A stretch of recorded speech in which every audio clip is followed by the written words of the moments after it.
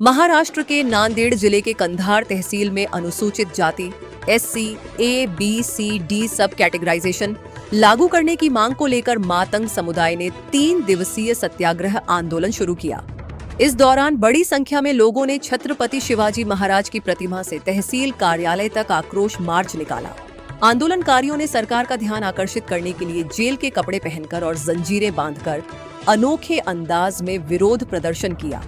मातंग समुदाय का कहना है कि सुप्रीम कोर्ट द्वारा सब कैटेगराइजेशन को मंजूरी दिए जाने के बावजूद राज्य सरकार ने अब तक इसे लागू नहीं किया है। इसी के विरोध में कंधार शहर में बड़ी संख्या में लोगों ने सत्याग्रह और मार्च में भाग लिया। प्रदर्शनकारियों ने जेल की वर्दी और कैदियों जैसी जंजीरें पहनकर सरकार के खिलाफ अपना आक्रोश व्यक्त किया। इस अनोखे प्रदर्शन ने आम नागरिकों का भी ध्यान अपनी ओर खींचा।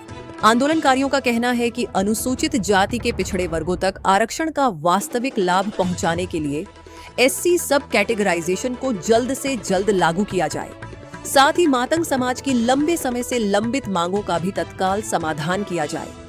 प्रदर्शनकारियों ने चेतावनी दी कि यदि सरकार ने जल्द निर्णय नहीं लिया तो आंदोलन को और व्यापक रूप दिया जाएगा।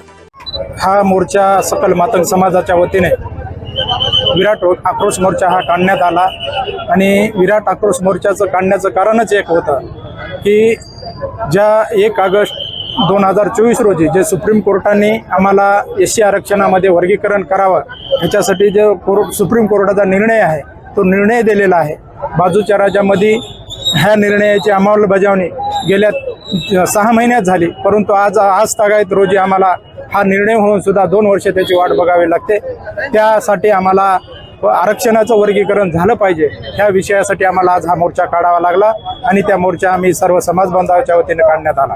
कोण उपस्थित ह्या मोर्चाला उपस्थित मार्गदर्शन करण्यासाठी सचिन भाऊ साठे हे अण्णाभाऊ साठेचे वंशज होते। त्याचबरोबर शेजारच्या आमच्या उदगीर तालुक्याचे आमदार माजी आमदार सदाकररावजी भालेराव साहेब हे होते आणि आरक्षण वर्गीकरणाचा अभ्यासक म्हणून केशव शेकापूरकर साहेब हे पण या मोर्चाला उपस्थित होते आणि सर्व समाज बांधव या मोर्चाला मोठ्या संख्येने उपस्थित होता।